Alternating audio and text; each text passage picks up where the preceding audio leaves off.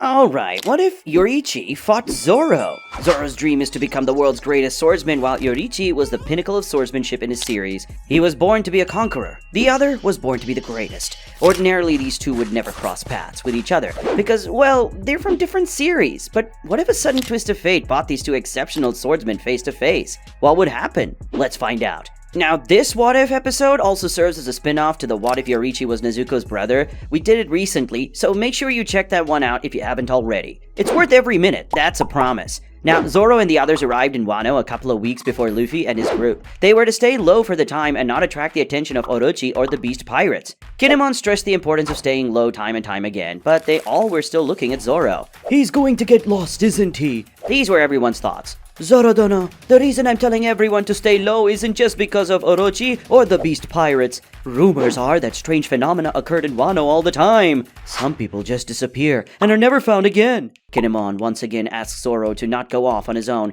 but the thing about people disappearing isn't a lie. Of course, Kinemon himself doesn't know much about it. Heck, even Kaido or Orochi don't know. So what's the reason behind these mysterious disappearances? Well, long before the current events, even before the events of the Void Century, this mystery dates back to the very beginning of the One Piece world. Before Lady Toki, there were plenty of users who ate the Time fruit, but only one of them was able to awaken its ability. The name of that individual is unknown, but if anyone is to guess, he most likely came from the moon, and he was the first one to eat the Time fruit. There are various things in the One Piece world that can't be explained. The mysterious disappearances are presumed to be one of them, but look far enough and there is an explanation for everything. When the Time fruit awakened, it left behind this strange residue whose side effects can still be felt even thousands of years. These side effects are what have caused all those disappearances. The people don't actually disappear from existence though, they're just redirected to a different timeline, and in some cases, even an alternate reality. After all, the desire of all things is born into this world. As Zoro was walking around Ringo, the land that has always been ruled by the Shimotsuki clan, he experiences an unusual scent in the air. Zoro just couldn't help it. He is Zoro after all, and it's not like he's going to get lost just because he followed a light scent, right?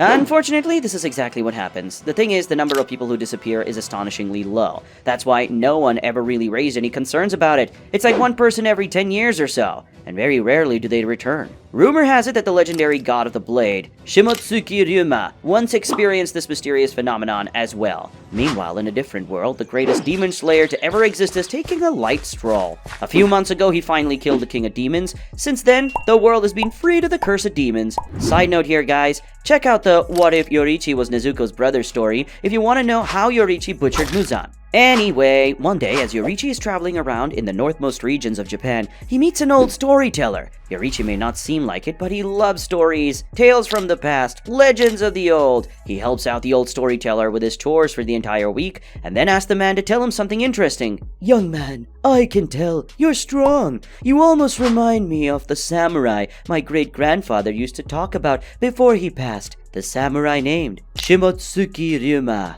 The old man states, Yoriichi is all ears. The old man goes on to talk about Ryuma, how he once appeared out of nowhere and saved him from a demon who could transform into a dragon. He didn't have a Nichiren sword, but the samurai possessed something else, an unexplainable power that made the dragon submit to him. Yoriichi is impressed. He asks if that samurai ever tried to go after Muzan. The old man explains that no, he just disappeared a few days later, or at least that's what his great-grandfather said. Must have been a ghost. Yoriichi leaves the old storyteller's place quite pleased with himself. He can't wait to return home and share the story with his wife Uta and his daughter Yoko. The story of Ryuma, the samurai ghost who slayed a demonic dragon. He also wants to share it with Sumihiko's family the next time he shows them his Hinokami Kagura dance. Now, Yoriichi is giggling on his way back when suddenly a sinister mist starts surrounding the area. It would have been hard to see for a normal person, but thanks to Yoriichi's see-through vision, he makes out a swordsman heading his way. Soon the mist fades away, and you guessed it, guys, the swordsman is Roronoa Zoro. He followed the scent and somehow ended up all here in an alternate reality.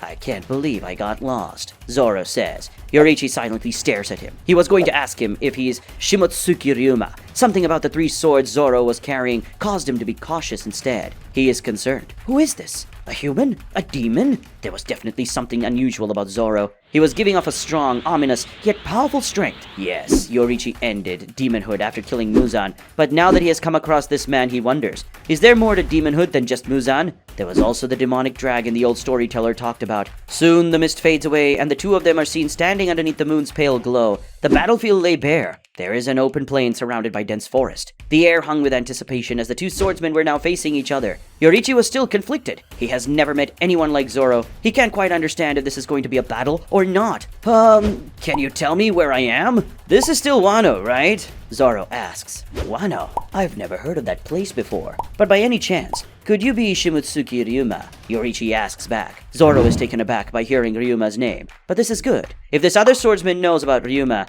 that means he's still in Wano. Of course, Zoro is still too thick-skinned to realize that someone confusing him for Ryuma means bad news. After all, Ryuma has been dead for centuries. It takes him a couple of seconds before he more or less realizes what's going on. This is the past, isn't it? Zoro sighs. No, Zoro. You got lost and ended up in a different world altogether. Still, Zoro could tell that Yoriichi is strong. That's why right then at that very moment, with his third sword held in his mouth and a hardened look in his eye, Zoro braced himself. Not every day you get to fight a swordsman from the past. This should be fun, he says while squaring off his stance. Across from him, Yoriichi remained silent, his eyes as calm as still water. His breaths were slow, steady, and carrying a serene yet deadly aura. He holds the black Nichirin blade with grace. Never in my wildest dreams could I have imagined that I would face a monster on par with that man, Muzan. Yoriichi pauses for a moment and continues, No, I can feel it. You're stronger and more dangerous than Muzan. Zoro grins. The clash begins with a sudden burst of speed from Zoro. He didn't waste any time in using his signature three-sword style move,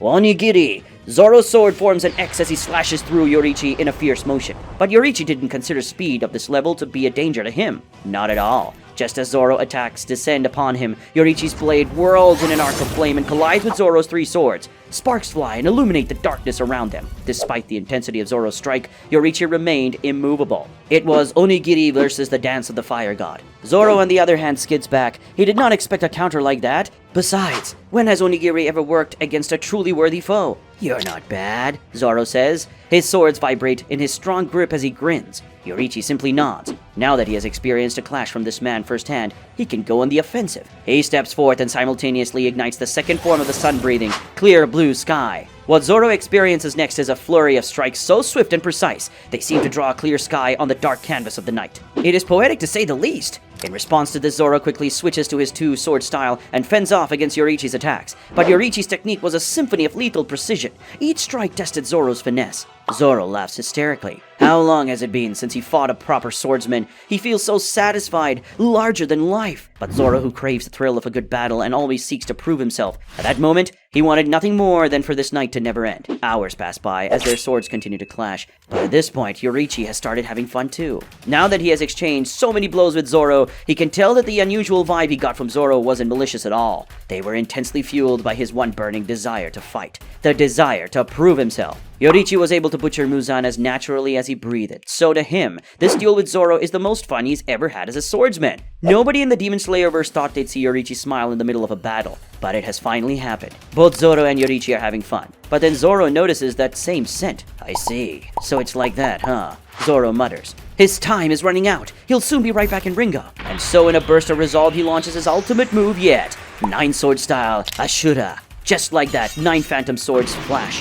His attack power and speed are multiplied. In the wake of this, a fire ignites within Yoriichi. He thought that the 13th form of the sun breathing was only for the purpose of killing Muzan's 7 hearts and 5 brains. But he can now use it again, this time against Zoro's 9 swords. The battle reaches its zenith as Yoriichi performs all 12 forms of the sun breathing in succession and brings out the legendary 13th form. Zoro's 9 blades clash against Yoriichi's 13 flames. For an outsider, this may have looked like hell, but to them, it was a poetic symphony, a scene from a dream, a deadly dance under the moon. The entire forest echoes as a result of this ferocious clash. When the dust finally settles, the two warriors are still standing and heaving heavily. Their respect for each other can't be explained with words. Looks like it's time. I'll soon be back to where I came from. Zoro continues. Oh great samurai, tell me your name. It's Yoriichi Sugikuni. And what about you? Yoriichi asks. Zoro. Roro noa Zoro. Zoro disappears the very instant he stated his name. He returned right back to that open field in Ringo. When Yoriichi returned, he shared the entire story with his wife and daughter, and also with Sumihiko's family. First the tale of Shimotsuki Ryuma, and then the battle he had with Roronoa Zoro. He is convinced that even though Ryuma and Zoro may not be the same person,